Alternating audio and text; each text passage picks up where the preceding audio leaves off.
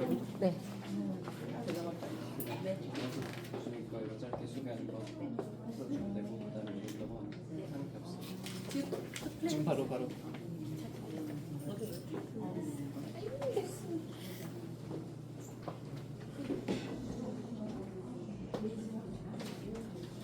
안녕하세요 여러분. 시간 맞춰서 오신 여러분들 대단하시고요. 늦게 오신 분들 늦게 오신 분들 하시고 시간을 내서 그 다음 바로 시작하도록 하겠습니다. 사랑과 은혜 하나님 감사합니다. 오늘도 에스더 성경 공부 세 번째 시간을 맞이해서 하나님 우리 성도님들 함께 모였습니다. 주님께서 우리 모임 가운데 함께하여 주시고 또한 에스더 말씀을 비블리오 드라마를 통해서 생동감 있게 배울 수 있게 하시고 깨닫는 것 많이 있도록 주님께서 인도하여 주십시오. 주님께서 이 시간 온전히 주관해 주시기를 간절히 바라오며 예수님 이름으로 기도드립니다. 아멘. 네, 저희가 비블리오 드라마라는 걸 해요. 혹시 3주 만에 처음 오신 분 계세요? 누가 처음 오셨어요? 아, 그러셨구나. 네, 짧게 소개를 드리겠습니다. 저희가 에스더서를 가지고 성경 공부를 하는데 이제 좀 이따가 두 번째 영상을 보시겠지만 성경 공부를 단순하게 지식을 배워간다 그런 차원이 아니고 우리가 성경의 장면으로 들어와서 하나님을 인카운트하는, 하나님을 만나는 혹은 성경에서 나타난 그런 이야기들을 우리가 조금 더 그런 실제화해보는 그런 그 성경 공부가 오늘날 더 낫지 않는가, 그게 더 우리 기독교 복음의 핵심이 아닌가, 그런 차원에서 1960년대부터 비블리오 드라마라고 하는 그런 성경 공부의 방법이 생겼어요. 짧게 말씀드리자면 일종의 그 사이코 드라마와 비슷한 즉흥극을 통해서 성경의 이야기를 재현을 해보고 그 가운데 우리가 연기자로 들어가서 그 성경의 인물들이 어떠한 생각을 가졌을 것이며 그리고 그 이야기가 우리에게 오늘날 혹은 나에게 오늘날 어떤 의미가 있을 것인가에 대해서 조금 우리가 한번 연기를 통해서 살펴보고 그것이 끝난 다음에 그 연기라든지 내용에 대해서 서로 성찰을 해보는, 리뷰를 해보는 그런 단계로 하게 될 거예요. 근데 우리가 매 시간마다 비블리오 드라마를 할 수 있을지는 우리 한번 시도를 해보고 안 되면 한 격주로 한 번씩 연기하는 건 그렇게 하고 그 사이에 이제 비블리오 드라마를 준비하기 위해서 성경 자체를 공부를 하는, 준비를 하는 그런 단계로 하려고 합니다. 그래서 오늘 어떻게 할 건가 하면요, 먼저는 우리가 지난번에 그 1장, 2장과 관련해서 조별로 나눠가지고 준비를 한번 생각해 봅시다 이렇게 했어요. 근데 제가 다시 한번 더 여러분에게 나눠드린 그 영상을 보니까 여러분이 즉흥적으로 처음부터 바라기 쉽지 않을 것 같고, 제가 우리 중에서 한 팀 정도를 준비하신 대로 우선은 하신 게 있으면 준비하신 대로 해보고, 그렇지 않으면 우리가 한 말씀을 정해가지고 우리가 어떻게 할지 차차 한번 우리도 이제 처음 하는 거니까 만들어가는 과정에서 어떤 역할이 필요할까요? 어떤 장면을 우리가 상상할 수 있을까요? 이렇게 한 단계 한 단계씩 한 번씩 나눠 만들어가는 그런 시간을 가지고 그것을 끝난 다음에 다 그런 과정이 끝난 다음에 우리가 어떻게 하면 비블리오 드라마를 통해서 더 많이 배울 수 있을 것인가 이런 걸 한번 성찰을 해보려고 합니다. 혹시 질문에 진행하기 앞서서 우리 세 조 정했었잖아요. 혹시나 우리 이렇게 본문 정했는데 조금 준비해 보신 분 있을까요? 오늘 시키면 한번 해보겠습니다 하실 분들 있을까요? 네, 아직은 손 안 드시니까 일단 조금 있다가 본문을 하나 정해가지고 한번 해보도록 하겠습니다. 제가 방금 말씀드린 것처럼 오늘날 그 성경 공부를 왜 이런 형식으로 하는 것도 좀 필요한가에 대해서 비블리오 드라마를 조금 요즘에 체계적으로 소개한 장로의 신학교에 오원석 교수님의 강의가 있더라고요. CCN인가 온라인 강의 풀 강의가 있는데 그 중에서 소개하는 거 짧은 영상 갖고 왔어요. 한 장인데요.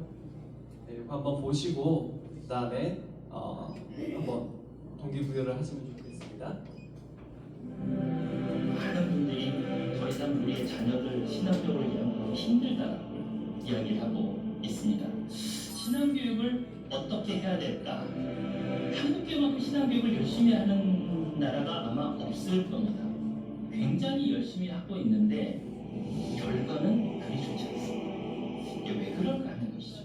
지금까지의 우리의 신앙교육은 좀 양적인 교육이었습니다. 성경을 늘 읽어야 된다, 얼마나 많이 읽어야 된다, 규칙적으로 읽어야 된다. 그런데 지금의 시대에는, 지금 젊은이들은 어떤 것을 많이 했을 때, 어떤 것을 행동을 통해서 의미를 찾기보다는 그것이 진정으로 나에게 어떤 영향력을 끼치고 있는지를 체험할 때 그 행동을 긍정적으로 받아들이거든요. 다시 말해서 성경이 옳다, 진리다, 진실이다, 청소년들도 다 알아요. 우리 자녀들도 다 알고 있죠. 그러나 그것이 나에게 구체적으로 어떤 의미를 다가오는지 모르고 있다는 거죠. 어린이들에게 창조의 순서를 자꾸 요구합니다. 셋째 날 뭘 만드셨지? 넷째 날 뭘 만드셨지? 예수님의 제자 이름이 뭐지? 이게 중요할까요?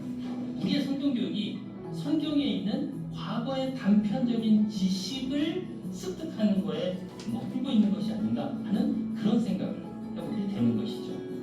그렇게 어떤 단편적인 지식을 기억하는 것으로 만약 성경 교육이 이루어진다면 성경은 철저히 과거의 것, 나와는 관련이 없는 과거의 지식으로만 남게 될 것입니다. 그런 점에서 부모님들이 신앙에 있어서 사고의 전환을 가져오면 이 어려운 시대에 의미 있는 신앙 교육을 우리의 자녀들에게 함께 나눌 수 있을 것이다. 다시 말해서 성경이 히스토리로만 끝나는 것이 아니라 마이 스토리로 되게끔 하기 위한 것입니다. 예를 들면 이런 거죠. 예수님이 베드로를 부르셨습니다. 베드로가 바로 그 자리에서 예수님을 쫓았다고 되어 있습니다. 그 상황에서 베드로는 예수님께 뭐라고 대답했습니까? 이거는 여러 가지 답이 나왔습니다. 왜냐하면 성경이 없기 때문에. 거기에 대해서 우리 부모님이라면 나는 이렇게 대답하면서 예수님을 따랐을 것 같아요. 그렇다면 우리 자녀들은 어떻게 예수님에 대해서 따르면서 대답할 것 같아? 그러면 그 입장차가 생기는 거죠. 성경의 인물을 너무 지식적으로 객관적인 인물로 보다는 성경 속에 나오는 인물에 나는 한번 동일시해서 그 인물의 입장에서 나는 이 상황에서 어떤 행동을 할 것이며 우리 자녀가 어떤 행동을 할 것이냐를 같이 훈련해 볼 수 있다는 것이죠. 지금까지 우리는 성경을 하나의 의미로만 보려고 노력했고 너는 그것을 수용해야 된다고 생각했는데 성경 안에서 나의 다양한 입장을 같이 이야기할 수 있는 그런 신앙의 장이 되었으면 좋겠다라는 생각입니다.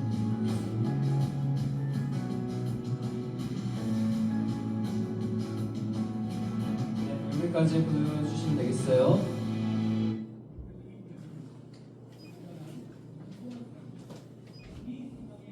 제가 말씀드린 내용을 좀 더 분명하고 좀 더 잘생긴 친구들이 이렇게 설명을 해주셔가지고 동의부여가 되셨을 것 같은데 이제 저희가 이제 바로 실습을 해볼 건데요. 일단 세 팀 중에서 내가 그래도 우리 팀은 좀 준비를 해왔다, 요걸 해보면 좋겠다 이런 생각을 가지신 분도 좋고 아니면 나는 아무것도 준비를 안 해왔어요. 그래서 우리 조는 오늘 처음부터 한번 제가 나눠드린 이블리오 드라마를 위한 메모 요거 하나씩 하나씩 채워가면서 한번 해보면 좋겠다 이러시는 분도 괜찮고, 자 우리가 세 조로 짰거든요. 1조, 2조, 3조 어느 조를 하면 좋을까요? 네, 김경원 사님 몇 조죠? 3조? 김경원 사님 3조세요? 한번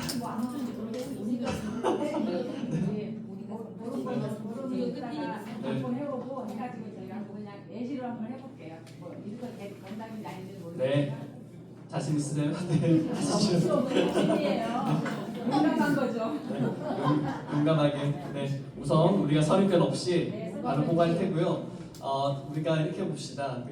여기 무대가 좁으시죠? 원래는 여기가 무대가 좋은데 어떻게 하시겠어요? 여기로 간대상을 치우고 올라오시겠어요? 아니면 여기 앞에서 하시겠어요? 우리가 보이기는 다 보였어요. 올라가서 하시겠어요? 마이크로 해야 되니까 저희가 약간 마이크로? 네, 근데 간대상은 없는 게 낫죠. 네. 네. 지적하면 그래도 여기 있는 저희도 먼저 나오겠습니다. 아니 일단 저희 팀은 다 왔으니까.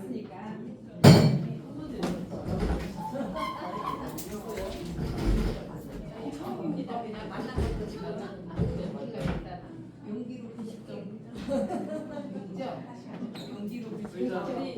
감독 또 내잖아. 연기를 시켜줘야지.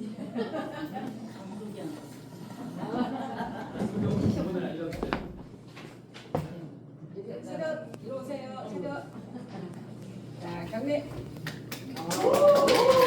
저희는 저기 입장을 해가지고 이제 왕하고 와스리하고 어떤 그런 관계, 미묘한 관계 그거에 대해서 서로 같이 얘기했는데 그리고 제일 먼저 우리 윤인덕 권사님이 저희한테 이제 제보를 했어요. 일단 이런 식으로 하면 어떻게 했느냐 했는데 그거를 이제 우리 보름 집사님께서 각색을 좀 해가지고 저희 생각보다는 그냥 그랬을 거다 하는 어떤 그런 걸 해가지고 연출을 해봤어요. 그러니까 저희가 이제 이게 누군지 몰라서 왕 그리고 왕의 내면 이렇게 해가지고 한번 해봤으니까 한번 들어보세요. 한번 저기 그러면 자기 부르면 여기 와가지고 마이크 들리는 거예요. 그러면 이렇게 왕은 안 돼. 왕은 안 돼. 왕은 안 돼. 왕부터 올라. 떨립니다. 안 들리네. 왕은 안 되니까 일단. 여기는 인터뷰 형식으로 준비를 했어요. 제가 한 명씩 인터뷰를 할 거예요. 네, 시작하겠습니다. 네, 여기 이제 먼저 왕이 나와주셨는데요. 왕이시여 여왕 와스디가 당신의 명령을 거부했습니다. 어떻게 생각하십니까? 이 상황을 어떻게 받아들이고 계시는지요? 나는 제국의 군주다. 내 명령은 곧 법이다. 그런데 여왕 와스디는 그것을 거부했다는 것은 내 권위에 대한 도전이니 다름없다. 나는 그 어떤 불순종도 용납할 수 없다.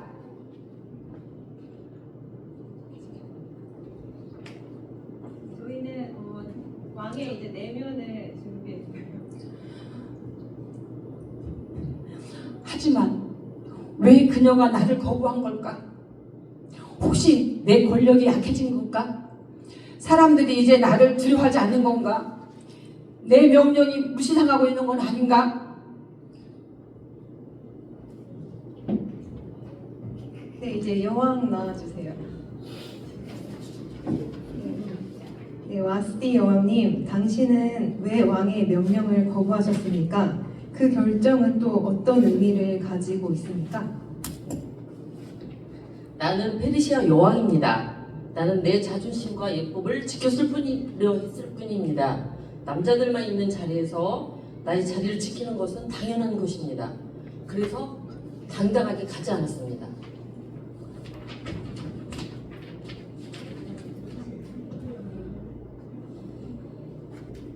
자, 여왕의 내면. 그런데 이 결정이 정말 옳았던 것일까? 그가 나에게 분노하면 내가 모든 것을 잃게 될 수도 있고, 근데 그에게서 벗어나고 싶지만 그 결과가 나도 두렵다. 이제 신하 나와주세요. 네, 신하님은 그 자리에 있으셨는데 왕의 명령을 전달한 사람으로서 지금의 상황을 어떻게 보고 있습니까? 또 당신의 심정은 어떠신가요? 저는 폐하의 명령에 따라 여왕께 전달했을 뿐입니다. 하지만 그 명령이 거부되었을 때 제 마음은 불안했습니다. 폐하의 분노가 저에게도 미칠까 두렵습니다. 저희 내면으로는 왕은 신하들을 365일을 불안하게 합니다. 오늘처럼 더 화가 났을 때는 모두를 공포스럽게 합니다. 다시 왕 나와주세요.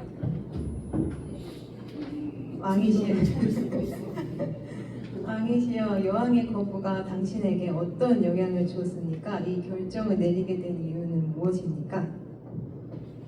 나는 그녀를 내 옆에 두고 싶었지만 그녀는 나의 권위를 무시했다. 이제 나는 결단을 내려야 한다. 그녀를 용서할 수 없다. 그녀의 불순종은 제국 전체에 나쁜 영향을 미칠 것이다. 하지만 내가 너무 강하게 밀어붙였던 걸까? 그녀를 벌하면 내가 후회할까?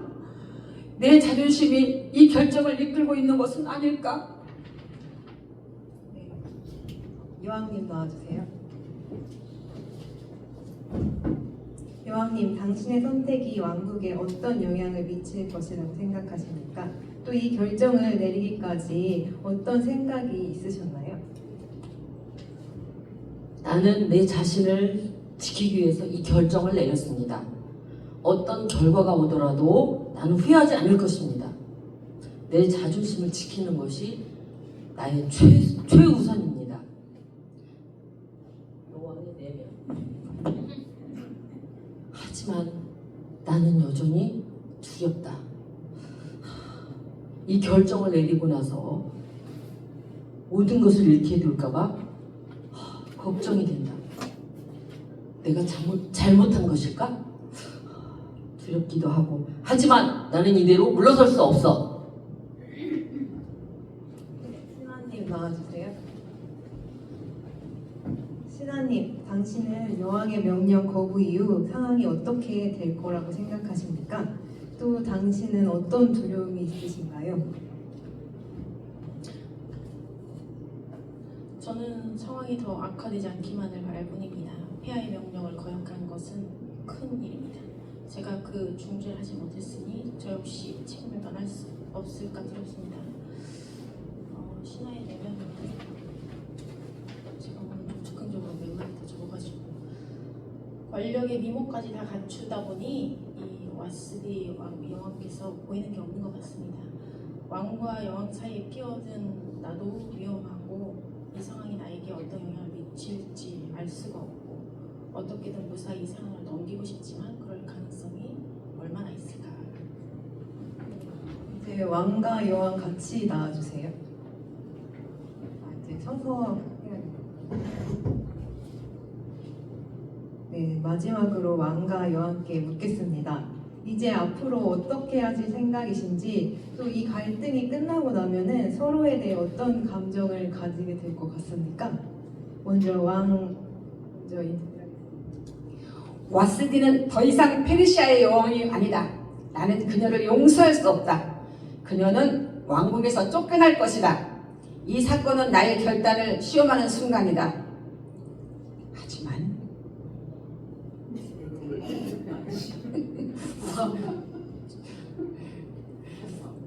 하지만 내가 정말로 그녀를 쫓아내고 나면 후회할까? 나는 이 결정을 계속해서 되뇌기고 있다. 내 자존심 때문에 이 모든 것을 망친 건 아닐까?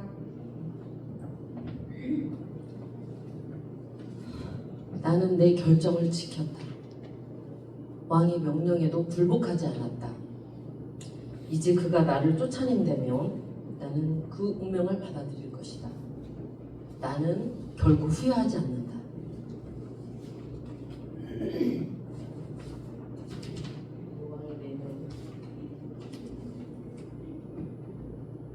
그러나 나는 여전히 두렵다.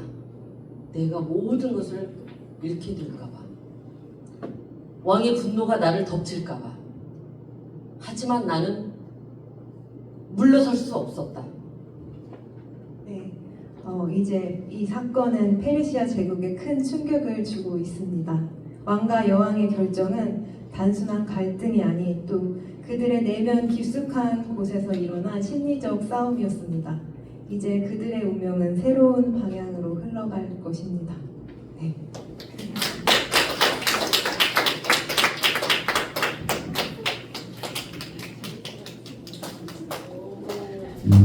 네, 사실 뭐 어떻게 하는지 우리가 매뉴얼을 제대로 보여드리지도 않았는데 너무 잘하신 것 같고, 일단 오늘 한국과 관련해서 이제 우리가 원래 형식에 맞춰서 한번 리뷰를 한번 성찰을 한번 해볼 텐데, 일단 이제 제가 궁금한 거는 우리 역할을 맡으신 분들이 대사를 자기 입장에서도 좀 많이 첨가하신 건지 아니면 아예 쓰신 건지 뭐 좀 그거부터 궁금하긴 하거든요. 일단은 다 들어가셨는데 한번 다시 한 번만 더 나오시겠어요? 한번 제가 질문을 여쭤보고 싶은 게 있어서. 네. 수정은 안 했고 감정만 약간 이입했을 뿐. 네. 거의 우리 보름주다님의 네. 감독하에 분이 그냥 근데 수정을 해주셨더라고요. 자기 입장에서 신하분도. 네, 제가 감정만 이입했을 뿐. 저희가 어떻게 작업했냐면 처음에 여기 이준자 집사님이 먼저 권사님이 이제 그 대사랑 이제 쭉 써주셨어요. 연극으로 인터뷰 형식이 아니었어요 처음에는. 윤인석 집사님이 이렇게 써주셨는데, 네, 그 다음에 이제 역사적 배경 이제 찾아서 어떻게 했을까 이제 조사하는 과정에서 인터뷰어로 바뀌었고 제가 인터뷰를 큰 틀을 짰고 나눠드렸는데 조금씩 바뀌셨더라고요. 네. 원래 즉흥적으로 하셔도 된다고 했어요. 그렇죠, 그렇죠. 근데 아까 신화분도 네, 좀 굳히시고 또 여기 권사님도 바꿔서 감정이 네. 제가 이렇게 질문을 드린 거는 사실은 이제 우리가 비블리오 드라마를 할 때는 자기의 대사로 이렇게 자기의 속마음이죠. 자기의 이야기를 가지고 하는 거기 때문에 이렇게 그 본인들이 쓰셨을 때 우리가 그 요 사건만 살펴보자면 왕과 왕후의 그런 대결처럼 이렇게는 그리셨고 어쨌든 그 준비한 입장이 있잖아요. 그것과 관련해서 그 자기의 역할에서 어떤 그런 그 나의 모습이 좀 심장용대 투사가 되어서 이렇게 말씀을 하시게 되었는가, 내가 어떤 입장에 있기 때문에 왕을 이렇게 보고 왕비를 이렇게 보고 신하를 이렇게 봤을까, 그런 걸 한번 살펴보기를 원하거든요. 그래서 일단은 우리 신하의 역할을 맡으신 윤도 권사님 같은 경우에는 여러분 느끼기에 어떠셨어요? 저 신하의 역할과 입장에 대해서 혹시 한번 나는 이런 관점에서 저분의 대사를 봤다, 저런 연기를 봤다, 이렇게 좀 나눠주실 분 있으실까요? 추측하는 거예요. 우리 윤인덕 권사님이 저 신하의 역할을, 저 대사를 왜 저렇게 썼을까? 왜냐하면 신하는 성경에 그냥 인물로는 나오지만 대사는 없잖아요. 그러니까 혹시 있으실까요? 짧게라도 한마디라도. 제가 얘기해도 돼요? 네, 말씀하세요. 저는 비빌리오 드라마를 공부를 학교에서 했었어요. 근데 이제 권사님을 제가 잘 모르지만 권사님이 대사할 때 되게 막중한 책임감을 갖고 되게 얘기를 하시는 거예요. 그래서 가정에서도 어느 자리에서도 권사님이 되게 책임감 되게 강하신 분이구나라는 생각이 들었어요. 되게 고민을 하시잖아요, 신하가. 나 때문에 그러니까 자기가 그거를 해결해야 되는데 해결할 수 없고 또 해결하지 못하는 데서 오는 그런 어떤 마음, 그 괴로운 마음이 전 느껴졌거든요. 그게 권사님이 책임감이 되게 강하셔서 그런 건 아닐까라는 생각이 들었어요. 혹시 그게 맞으신가요? 네, 나오셔서 대답 한번 해주세요. 사실은 이렇게 질문하면서 네네. 어떤 의도에서 이렇게 했습니다, 뭐 이런 거 하진 않으시면 좋거든요. 네. 저희 어떤 상황과 좀 관련이 되는 것 같습니다. 이런 것도 얘기해 주셔도. 책임감 말씀하시니까 제가 좀 그런 사람이었는지 다시 생각이 들고 하여튼 감사합니다. 좋게 봐주신 것 같아서 저는 이걸 처음에 유튜브에서 그 영화를 이 부분만을 발췌해가지고 제가 그냥 기록을 했었어요. 근데 이제 제가 쓰다 보니까 며칠째 지났는데 여왕, 그다음에 왕 각자 이제 신하, 그리고 디렉터 역할을 하는 그 나레이터 신하 이렇게 제가 정했는데 각자의 역할에 제가 한번 공감하고 제가 거기에 대해서 이제 깊이 생각을 해봤어요. 근데 제가 지금 맡겨진 신하의 역할은 각자 캐릭터마다 다 공감이 되는 부분이 없고 우리 세상에서 살면서 이렇게 해당되는 여러 실상에서 전혀 거리가 먼 부분만은 아니었고, 특히 신화 부분은 지금 제가 이제 가족하고 같이 일을 하고는 있는데 이 상황을 당면하는 직접적인 일상에서 부닥치는 문제도 많이 있고, 그럴 때 이 공포 분위기나 그리고 좀 나보다 위에 있는 자리에 있는 사람이 얼마나 많이 중요하고 얼마나 좀 일상에서 항상 성경 말씀 보잘것없는 그런 밑에 참 낮은 자리에 있는 사람을 섬기는 거, 그런 마음이 있는 것 자체가 얼마나 우리 일상에서도 얼마나 중요한 이 마음가짐인가, 이런 것들 많이 느꼈으면 하는, 그리고 저 스스로도 그 높은 위에 자리까지 가보지 않은 사람에서는 모르지만 이런 게 상당히 필요하다 이렇게 느껴서 이런 대사를 했습니다. 감사합니다. 네, 우리가 처음이니까 하나씩 네, 순서는 조금 다른데 원래 이제 처음에 저희가 그 메모지 나눠드린 데 보면 성경 본문을 선택을 하잖아요. 이 성경 본문을 선택을 하고 그 정해진 성경 본문을 이렇게 즉흥적으로 만들기 위해서 어떤 우리가 준비를 할 것인가, 이런 걸 한 번씩 사실은 다 그 조별로 나눠가지고 하는 거거든요. 원래 이 시간 해도 되고 미리 해오셔도 되는데 그런 과정이 조금 보이죠. 일단은 성경 본문은 그 왕과 와스디와의 관련된 1장의 내용이고 에스더 1장의 내용이고 그리고 이분들이 보신 내용은 갈등 구조죠. 왕과 와스디의 갈등. 네, 왕도 그 한 나라의 최고의 높은 왕으로서의 그런 권력을 가지고 있고 왕비도 그 왕의 또 왕국의 또 최고의 또 그 왕후의 자리에 있으면서 또 자신의 또 자존감을 지켜야 되는 그런 위치에 있고 그런 역할이 있는데 1장에서는 그것이 이제 대립을 하는 듯한 그런 구조를 발견하셨더라고요. 감사하고 우리 왕을 맡으신 우리 김경 원사님 네, 속마음과 너무나도 연기를 잘해주셨는데 혹시 여러분 한번 똑같은 질문 한번 해볼게요. 우리 김경 원사님의 연기와 또 이런 속마음을 봤을 때 어떤 느낌이 드셨는지 왜 저렇게 연기를 하셨을까? 부터 시작해서 저 대사가 나한테는 좀 뭐 그렇게 길진 않은 대사였지만 그 중에서 좀 와닿는 대사 혹은 내가 좀 어쨌든 우리가 이게 역할을 하다 보니까 우리의 그 개인적인 그런 직접적인 그런 외적인 성별과는 다르게 또 남자의 역할을 맡으셨잖아요. 그러니까 또 그것과 관련해서 또 이런 남성의 왕으로서 혹시나 우리 주변에서 보게 되는 그런 인물들은 없는가 뭐 한번 또 생각해 보시면서 그럼 혹시 질문 한번 해보시면 좋을 것 같아요. 그냥 왕에게 묻는 질문도 괜찮고 시간 없을까요?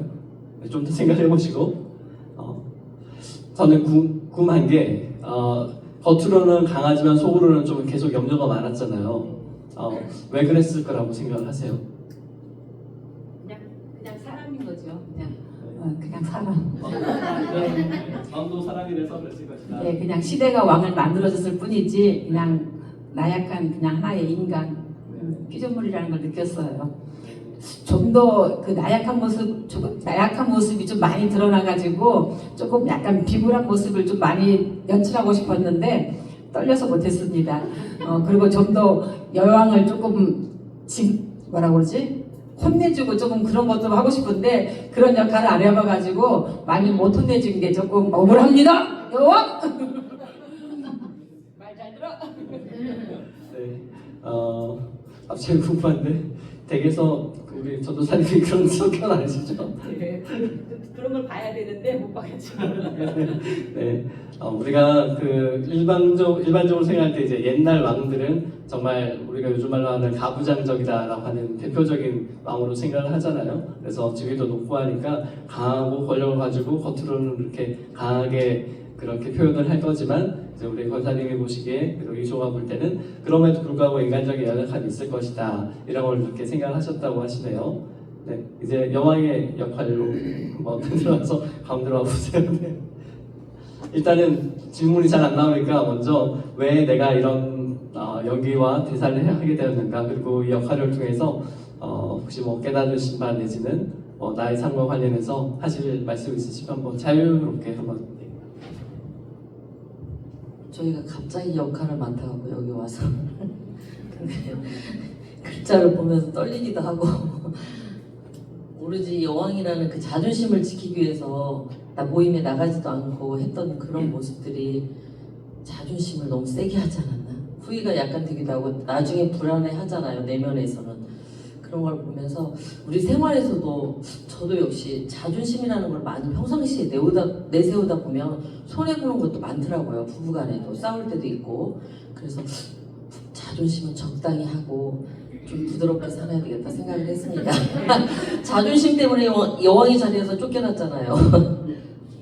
많은 글을 단서보도 했어요. 네, 감사합니다. 나는 그렇게 생각 안 한다. 자존심 끝까지 세워야지. 나는 그렇게 생각 안 한다. 혹시 있으세요? 네, 이 관객의 참여가 적극적으로 필요합니다. 그러면 제가 우리가 어쨌든 성경 공부니까 요 그 잔명어 관련해서 그 사전 지식 같은 거 원래는 이제 미리미리 나눠드리고 하는 것도 좋은데 지금 한번 조금 나눠드릴게요. 이제 영어 관련해서 성경에 직접 나오진 않지만 서 계세요. 서 계셔야지 이렇게 역할에 몰입이 되시니까 그 우리가 읽었던 그 내용 중에는 그 외경 중에까지는 안 나오는데 그 유대인들이 그 바벨론 포로기 이후에 있었던 유대인들이 성경을 그 당시에는 이제 구약 성경이죠. 성경을 해석한 내용이 이제 미드라시 내지는 뭐 우리가 잘 알고 있는 탈무드 뭐 이런 전통인데 이제 미드라시라고 하는 그런 성경의 해석 전통이 있어요. 그거는 우리가 오늘 비블리오 드라마를 통해서 상상하고 보여드린 것처럼 성경에서 충분하게 알려지지 않는 내용들을 그 당시에 정말 어땠을까에 대해서 상상력을 가지고 우리가 접근을 했잖아요. 근데 그 당시 바벨론 사회에서도 사실은 그 사건을 충분하게 우리가 성경에 나타난 거 이상 충분하게 알고 있는 사람들이 많지는 않았어요. 그런데 제가 첫 번째 시간에 말씀드렸던 것 같은데 성경에 등장하지 않는 인물들, 주요하게 등장하지 않는 인물들 가운데 이 사건을 목격했던지 아니면 간접적으로 들었던지 하는 사람들의 이야기를 통해서 그 에스더서에 나오는 이야기들에 대한 좀 추가적인 설명들이 있어요. 일례로 들자면 왜 에스더는 사실은 자존심을 많이 내세우지 않았잖아요. 근데 왜 와스디는 이렇게 자존심을 많이 내세웠을까? 궁금하지 않으세요? 그 당시에 고대 근동사회 예전 그런 몇 천년 전에 그런 나라들이 사실은 이제 뭐 전 세계가 그랬는지 우리가 확인할 바는 없지만 그래도 전반적으로 생각할 때 힘을 가지고 권력을 가지고 있는 남자들의 힘이 더 컸을 것이다 이렇게 우리가 상상을 하잖아요. 그런데 이제 성경을 그렇게 그 에스더의 내용을 추측한 혹은 정보를 모은 그 당시에 바벨론에 있던 랍비들은 이 와스디가 이 바벨론이 아니죠. 그 바벨론 이후에 페르시아죠. 페르시아를 세웠던 페르시아 이전에 바벨론이었나? 갑자기 제가 헷갈립니다. 왜냐면 바벨론이랑 페르시아가 사실은 왕조가 그 마지막에 겹쳐있거든요. 이렇게 반란이 일으켰기 때문에 느부갓네살 왕의 딸 내지 손녀가 아니었을까. 그리고 아수에로 왕은 원래는 그 당시에 있던 그런 127주라고 하는 그 주 중에서 대단한 뭐 그런 높은 사람이 아니고 원래는 왕의 신하 같은 그런 역할을 했던 사람인데 이 사람이 이제 전쟁도 잘하고 하니까 왕좌에 올라가가지고 왕위를 계승했기 때문에 그런 갈등이 있는 거예요. 신분적으로 왕비는 원래 왕족, 그런데 아수에로 왕은 왕족이 아니었어요. 그러니까 원래는 내 아버지의 신하였는데 이 사람이 힘이 너무 세져가지고 왕이 된 거니까 왕후의 입장에서는 왕이 이래라 저래라 하는 게 자존심에 문제가 걸리고 그 다음에 성경에 우리는 이제 그렇게 설명 안 하는데 원래 그게 오라 그럴 때 왕관을 쓰고 오라라고 해요. 근데 그거를 이제 왕관만 쓰고 오라라는 걸로 해석을 해요. 그 유대인 랍비들은 한마디로 옷 하나도 입지 말고 왕관만 쓰고 나와라. 그러니까 수치스럽죠. 왜냐하면 이 당시의 문화가 이제 귀족들이 놀 때 그런 그 신녀들이라든지 이런 뭐 사람들을 데리고 놀면서 그렇게 뭐라고 해야 될까요? 이렇게 아무튼 뭐 그대의 문화니까 뭐 타락에 따라가기보다는 좀 쾌락을 즐기는 그런 문화에서 여성을 그렇게 대상화해서 성적 대상화해서 그렇게 마음대로 오가게 하는 그런 역할을 했고 그 다음에 첫 번째 저희가 시간에 얼핏 말씀드린 것 같은데 이제 이 잔치가 술 먹는 잔치잖아요. 술을 마시는 잔치고 술을 마신다는 장면이 많이 나와요. 그리고 이 잔치가 일어났을 때 와스디를 오라고 했을 때가 그 7일차 되는 날이라고 나오거든요. 성경에. 구약에서 7일차는 무슨 날이죠? 유대인의 전통에서 안식일이죠. 네. 유대인들은 안식일에 예배를 드려야 되는데 왕궁에서는 술잔치를 벌이고 있고 그 다음에 술잔치를 벌이면서 이 당시의 권력자들이라고 하는 남자들은 우리가 여기 그 즉흥곡에서도 뭐 보여지지도 않고 성경에도 나오진 않았지만 제가 한번 설명드렸어요. 남자들이 술 먹으면 이렇게 계속 괜히 이제 허세 부리면서 117개의 주가 있는데 그 중에서 어떤 민족의 여자가 제일 예쁠 것인가? 왜냐하면 많은 나라에서 왔으니까 우리나라 사람이 제일 예뻐, 이 민족이 제일 예뻐. 사실 남자들 보면 그런 얘기 어렸을 때부터 많이 하거든요. 뭐 한국 사람이 예쁘냐, 중국 사람이 예쁘냐, 뭐 이런 것부터 시작해가지고 뭐 어디 백인이 예쁘냐, 뭐 이런 얘기를 한단 말이죠. 이게 본성인데 이 당시에도 사실은 그 역사적으로 볼 때는 이 6개월 동안 지속되는 잔치가 그리스를 정복하기 위한 그런 군사적인 회의였다라고 제가 이렇게 그 역사학자들 추정한다라고 말씀을 드렸잖아요. 그런데 유대인들이 이 에스더서를 기록할 때는 그런 내용은 없고 왕과 귀족이라고 하는 사람들이 사실은 저만큼 남자로서 그 당시에 기대되던 그런 뭐 책임감이라든지 권력에 대한 그런 엄중함이라든지 이런 건 없고 그냥 술 마시고 또 놀고 있는, 그리고 또 한 여자의 그런 그 운명을 좌지우지하지를 못하면서 그것을 남자의 그런 가장으로서의 그런 위상과 연결을 시켜서 이 자리에서 내가 저 와스디를 어떻게 하지 못한다면 전 이 바벨론 내지는 페르시아 전 그 국가에 있어서 남성들의 그런 위상이 떨어질 거다라는 걸 염려하고 있는 모습이 일장의 모습인 거죠.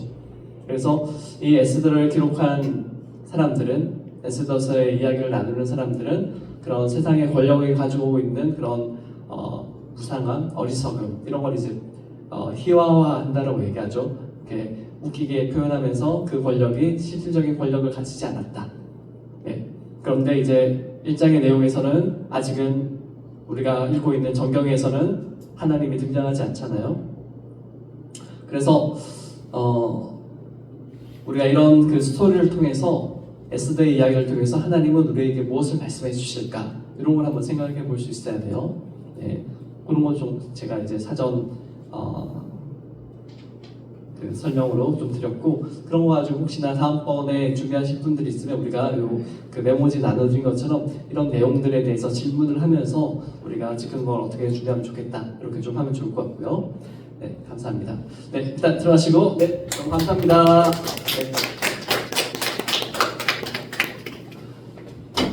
네. 예, 요 장면과 관련해서 제가 설명드린 거 외에도 더 할 얘기가 많이 있을 수 있는데 질문 같은 거 있을까요? 성경책 보시면서 하시죠.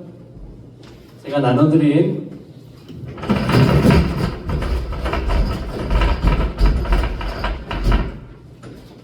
그 본문 보셔도 좋고 그 외경 들어있는 그 가톨릭 성경으로 보셔도 좋고,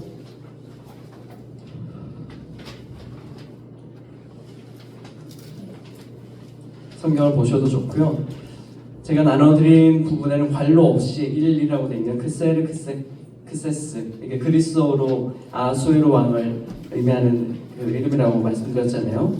그래서 1절에 보면 크세스 시대의 일이다 라고 해서 이제 그 당시에 페르시아의 나라의 크기에 대해서 인도에서부터 에티오피아까지 이르는 127개 주를 다스리고 있었다라고 하는 그런 왕국의 그런 그 대단함에 대해서 얘기를 하고 있고, 그 다음에 2절에는 이 왕이 임금이 수사 왕궁에 있는 그의 왕좌에 앉아 있을 때다 라고 해서 또 이제 이 당시 제국의 최고의 권력자로 크세스라고 하는 인물을 소개하고 있어요. 그리고 그가 통치한 지 제3년이 되었을 때 대신과 시종들을 위하여 잔치를 베풀었다. 그래서 페르시아와 메디아 군대 장수들과 각주의 귀족들과 대신들이 그 앞에 모여들었다. 네. 그리고 4절 이하에서부터 보면 이제 대단한 사람들이 모여가지고 자기 왕국의 그런 부와 권세와 눈부신 영광을 자랑해 보였다. 네. 여기까지 있으면 이제 대단한 나라에 대한 인트로처럼 보이잖아요. 막 영화로 이걸 만들면 막 웅장한 그런 빵파리가 막 나오면서 전국의 그런 모습들을 큰 성부터 해서 많은 군대까지 막 보여주는 장면이 있을 텐데, 그 다음에 나오는 잔치의 장면에서 이제 와스디 왕비를 데려오라고 하는 그 장면으로 넘어갈 때 갑자기 웅장한 역사 드라마가 코미디가 되는 거예요. 10절에 보시면 일곱째 날이라고 나오죠. 유대인들이 예배드려야 하는 그 날에 술로 기분이 좋아진 크세스 임금은 술로 기분이 좋아졌다 이렇게 아주 완곡하게 표현을 했지만 술 취해서 그냥 사리 분별을 못하는 상태가 된 거죠. 그래서 이 왕은 7내시에게 명령을 해서 11절에 보시면 와스디 왕비에게 왕관을 씌워 어전으로 데려오게 하였다. 그 이유가 뭔가 하면 그의 용모가 예쁘기 때문에 아름다움을 백성들과 고관들에게 보여주려는 것이다. 요즘에 아니고 영어적인 표현인데 사회적으로 성공한 남자, 특별히 이제 나이가 많은 사람들, 50대, 60대 이상 된 사람들이 아주 어린 아내를, 예쁘고 어린 아내를 맞아들여요. 그 우리가 뉴스에서나 나오는 그런 유명한 외국인들 같은 경우에 특별히 그런 경우가 많은데, 그런 아내들을 가리켜서 영어로는 트로피 와이프라 그러던가, 제가 정확하게 기억이 안 나는데, 한마디로 그냥 자기가 사회적으로 성공을 했기 때문에 그것을 드러내기 위해서 내 아내는 그만큼 젊고 예쁘다, 그래서 나의 그런 성공을 돋보이게 하는 그런 도구로 여성을 이용을 해요. 예전에 유명한 모델 중에 한 명이었는데, 호주의 그분이 호주세요. 정확하게 이름이 기억이 안 나서, 아무튼 근데 그분이 이혼을 한 다음에 더 부자한테 시집을 갔어요. 그러면서 정말 세계적인 재벌한테 시집을 갔는데, 그러니까 일반적으로 이제 가부장적 사회에서는 여성이 나의 부와 나의 성공을 드러내기 위해서 단순하게 얼굴의 예쁨 내지는 뭐 몸의 아름다움 이런 거를 드러내는 도구로 사용이 되는 게 여기 성경에 드러나죠. 그래서 우리가 성경을 읽을 때 여기에 대해서 별다른 설명은 없어요. 별다른 설명은 없지만 이 왕들이 이런 그 행동을 했다라고 하는 것을 우리가 하나님을 믿는 사람의 관점으로 볼 때, 유대인들도 그랬지만 하나님께서는 사람을 창조하실 때 남자와 여자를 하나님의 형상을 따라서 만드셨고 동일한 그런 가치를 가지고 서로 돕게 만드셨잖아요. 그리고 각 인간에게는, 사람에게는 그들이 가지고 있는 가치가 있는데, 그런 가치, 인간 그 자체가 가지고 있는 가치가 아니라 이 당시에 그런 특정한 그런 성적인 욕망이라고 하는, 탐욕이라고 하는 그런 인간의 그런 죄로 인해서 생겨난 그런 욕구를 통해서 사람이 얼마나 더 대상화가 되는가, 도구처럼 사용이 되는가, 사람은 사람으로 보지 않고 내 마음대로 이래라 저래라 할 수 있는 도구로 전락을 하게 되는가, 그런 게 이제 이 장면에 나타나는 거거든요. 그래서 이런 걸 한번 보시면 좋을 것 같고요. 한번 이것과 관련해서 혹시 1장 쭉 읽어보시면서 혹시 질문이나 왜 이렇게 대답을 하고 질문을 했을까 혹시 좀 생각해 보실 게 있으면 짧게 나누고 오늘을 마무리했으면 좋겠어요.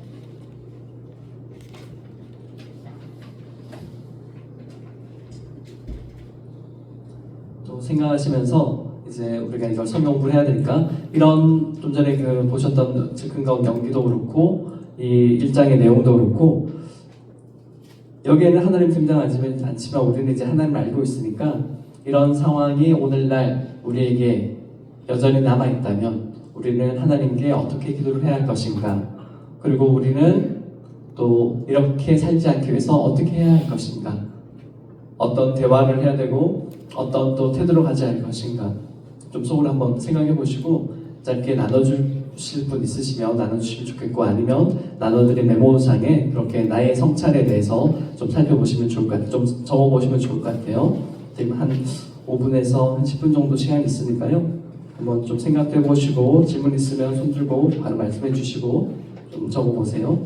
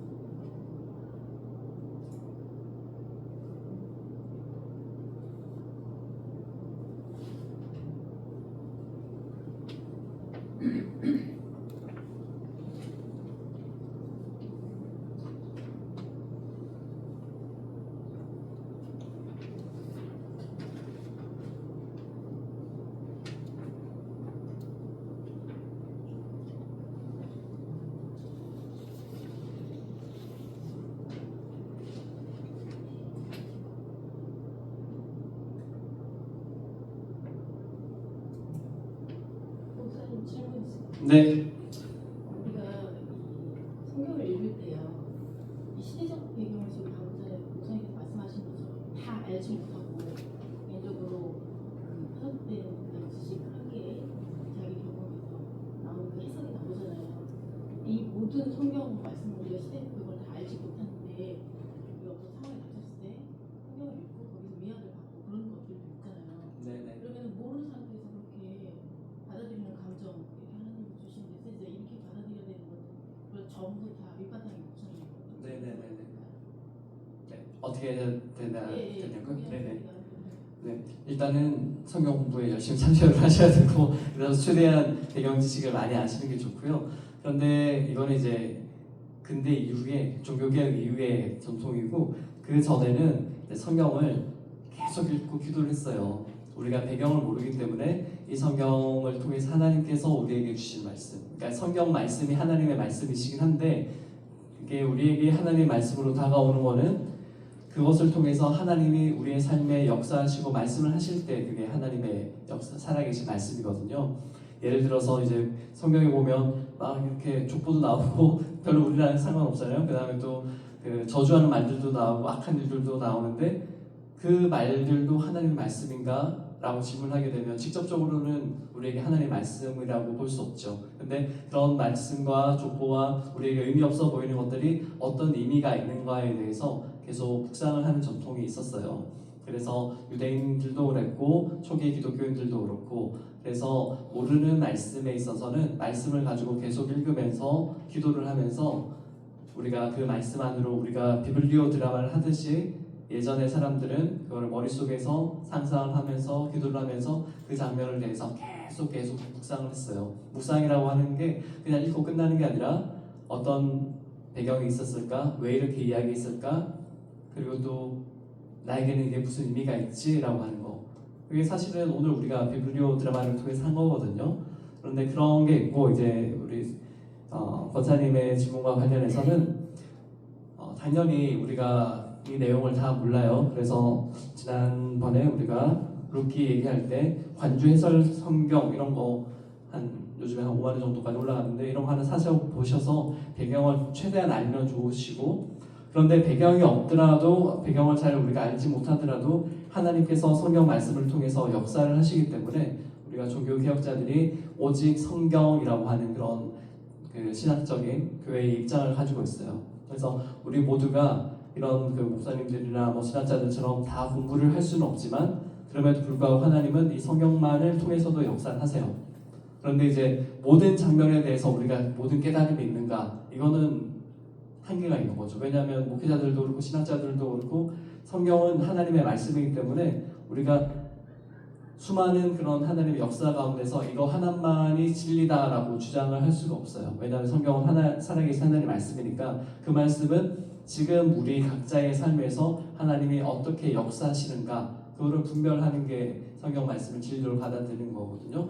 그래서 우리 권사님의 질문과 관련해서는 실천적으로 생각을 하시자면 최대한 배경을 공부하는 게 좋고, 그 배경에서 우리가 잘못 생각할 수 있잖아요. 우리가 대표적인 게 우리가 욥기 지금 새벽 예배 때 보고 있으니까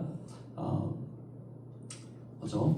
내가 정금같이 나오리다 뭐 이런 거랑 또 가게에 가면 뭐 내 시자가 미약하였으나 내 나중은 참가하리라 이런 거를 참 좋은 말씀으로 받아들이는데, 그리고 전체적으로 살펴보면 이건 욥이 말한 게 아니잖아요. 일반적인 그냥 그 당시의 지혜의 문헌인 건데, 그런데 그것이 이런 배경이 없이도 우리에게 은혜가 되는 말씀이 있는 거죠. 그거를 하나님의 말씀으로 우리는 지금 미약하지만 나중에 하나님을 통해서 성공할 수 있어, 내지는 나의 위기를 극복할 수 있어 라고 하는, 그렇게 묵상을 하는 거는 그건 하나님께서 그 말씀을 통해서 우리에게 역사를 하신 거잖아요. 그런 관점에서 우리가 성경을 연구하는 그런 학문의 관점에서는 틀릴 수 있는데 그것이 은혜가 안 되는 건 아니에요. 그래서 그런 관점에서 일단은 최대한 공부를 많이 하시는 게 좋지만 그렇지 않더라도 하나님께서는 역사를 하시죠. 그래서 어떤 신학자들은 예전에 그런 얘기를 했어요. 이거를 좀 다른 것과 말씀을 드리자면, 성경 외에 우리가 하나님을 깨달을 수 있을까? 하나님의 계시가 있을까? 그런 질문이 가톨릭과 개신교의 큰 차이점인데, 가톨릭에서는 사실은 창조 세계 안에 하나님의 은혜가 이미 들어와 있기 때문에 인간이 타락을 했지만 열심히 이 인간의 이성으로, 자연이라고 하는 것은 우리 인간의 이성을 얘기하거든요. 인간의 이성으로 열심히 하나님 대해서 생각하다 보면 우리가 그게 은혜가 되잖아요. 그래서 하나님께서 주시는 그런 계시를 알 수 있다. 이런 게 이제 가톨릭 입장이고, 개신교의 입장은 우리는 완전히 타락했기 때문에 우리가 가지고 있는 생각도 타락했다. 그래서 우리는 완전한 하나님의 계시를 알 수 없다. 그렇기 때문에 우리는 오직 성경을 통해서만 하나님의 뜻을 알아야 된다라고 하는 건데, 이거는 이제 극단적인 양쪽의 입장인 거고, 우리가 거기에서 핵심이 되는 거는 하나님께서 그 말씀을 통해서 오늘 우리에게 어떻게 깨닫게 하시는가, 그것이 예수님의 삶과 죽음과 부활의 그 메시지와 일치하는가 그렇지 않은가, 이게 핵심이에요. 왜냐하면 우리가 성경을 통해서 하나님의 뜻을 안다고 하는 것은 직접 이 땅에 오신 하나님이신 예수 그리스도, 우리가 하나님의 아들이라고 얘기하지만 우리가 삼위일체 하나님을 믿으니까 하나님께서 이 땅 가운데 오셔서 하나님의 음성으로 우리에게 하나님이 어떠한 분이신지를 보여주신 거거든요. 삶으로도 보여주셨기 때문에 우리가 구약이라든지 신약이라든지 이런 말씀을 해석할 때는 결국에는 예수님을 통해서 우리에게 하나님이 보여주신 게 무엇인가를 기준으로 삼으면 상당한 웬만한 본문은 그게 다른 해석이 됩니다. 그리고 또 그렇게 보시면서 또 목회자들에게 또 질문도 하시면 좋을 것 같고요. 네. 여기까지 대답이 좋겠나요? 더 하세요. 제가 다음에 말씀드릴게요. 네. 질문만 하고 가세요. 아니면 카톡으로 주세요. 네. 제가 벌써 제 대답이 길어서 좀 시간이 됐습니다. 이제 기도하고 마무리하고요. 혹시 오늘 성찰하신 거 중에 같이 나누고 싶으시면 저한테 카톡 보내주시고요. 그다음에 다음 주에 말씀 더 나눌 수 있겠고, 다음 주에는 2장, 3장 좀 진도 나갈 거고, 3장은 우리가 안 읽었으니까 3장 한번 읽을 거고요. 2장 관련해서 혹시 준비하신 팀이 있으면 준비 안 하셔도 됩니다. 준비하셔도 되고 안 하셔도 되는데, 일단은 그 본문만 정하시면 다음번에는 오늘 메모장에 있는 것처럼 제가 한 분씩 먼저 이렇게 성경 본문이랑 사전 연구 질문을 같이 나눈 다음에 즉흥호흡 준비를 위해서 우리가 어떻게 해야 될 건지 역할도 우리끼리 다 정하고 해서 한 분씩 그 역할 분담도 하고, 그다음에 질문도 제가 던지고 해서 그렇게 한번 정말 즉흥적으로 한번 해보겠습니다. 네.